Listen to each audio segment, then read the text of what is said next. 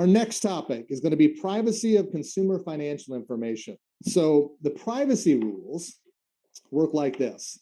You have to provide a notice that says, here's how you're going to handle privacy with consumer financial information.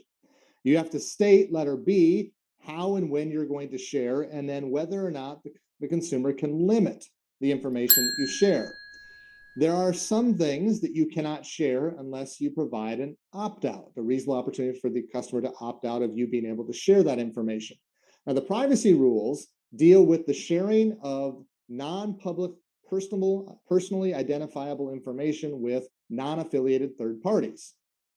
Okay, that's what privacy is about. Now, the privacy rule and the privacy notice got a little bit complicated when they decided to use the privacy rule notice to also address the Fair Credit Reporting Act information sharing and the Fair Credit Reporting Act affiliate marketing. But the privacy notice itself was only ever meant to deal with privacy at the beginning, and that's what we're going to address today. Understand that your privacy notice may also have opt-outs for affiliate marketing and consumer credit worthiness sharing provisions.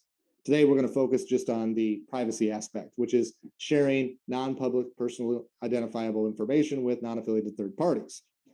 So there's some key terminology there at the bottom of page 73. We're going to skip over that. You can use it as a resource. Page 74. Privacy limits some things. There's no question. And if you're ever unsure as to whether or not you can share something, okay, you can either just choose not to share it or get the customer to approve the release of the information, get them to sign off on it and authorize it. But there's a lot of things that privacy doesn't restrict. So things like check verification. You can reach out to a third party, another financial institution, and verify a check. You can contact another financial institution for a loan payoff. Here's what it comes down to. They can contact you as well, these other third parties. Can you release the information? You need to be certain that the person that's on the other end of the line is who they say they are, and they have a need to know. So verify that Amy is Amy calling on behalf of ABC Bank to get a loan payoff. If I'm reasonably satisfied that Amy is with ABC Bank and has a need to know the loan payoff, I'm going to give it to her.